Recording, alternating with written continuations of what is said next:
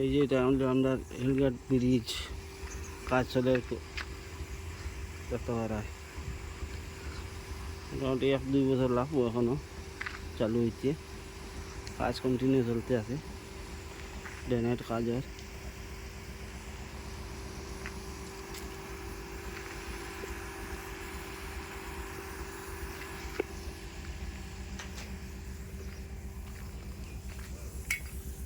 এই যে এই কোম্পানি কাম করে, এই যে রাস্তাঘাটে কোম্পানি যারা ক্যাম্প বানাইলে সব কিছু রেডি আছে, কেরিং সব মজুদ আছে, সব কাম চলে মোটামুটি জোরদার হালতে।